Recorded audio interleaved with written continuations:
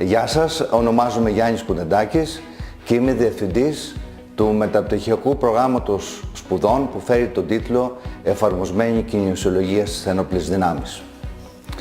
Με την παραπάνω ιδιότητα σας καλωσορίζω στο παγκοσμίως μοναδικό πρόγραμμα μεταπτυχιακών σπουδών που προσφέρεται από Πανεπιστημιακό Ίδρυμα και αφορά στη σωματική επάρκεια και βελτίωση της ποιότητας ζωής στις ένοπλες δυνάμεις και τα σώματα ασφαλείας.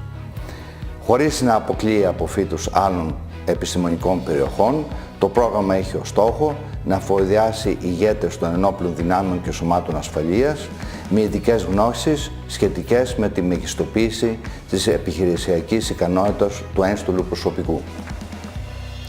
Δίνει έμφαση στην κριτική ανάλυση των επιστημονικών πρακτικών που χρησιμοποιούνται διεθνώς, προκειμένου οι απόφοιτοι να είναι εις θέση να ανταποκριθούν στις προκλήσεις του σύγχρονου επιχειρησιακού περιβάλλοντος.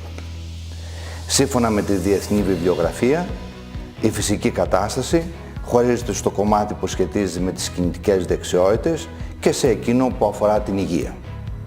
Για τους ένστολους, το δεύτερο αποτελεί τον ακρογωνιαίο λίθο της επιτυχίας, διότι συνδέεται με τη γενική φυσική κατάσταση, η οποία είναι σημαντικός συντελεστής της θεωρητικής ετοιμότητας.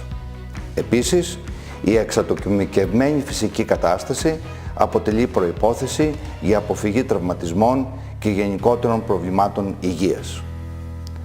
Με δεδομένο τις αυξημένες επαγγελματικές απαιτήσεις, όπως διαχείριση κρίσεων, συμμετοχή σε διεθνείς συμμαχίες κλπ., η σωματική και πνευματική επάρκεια αποτελούν κυρίαρχα στοιχεία για την αποτελεσματικότητα των ένστολων στελεχών.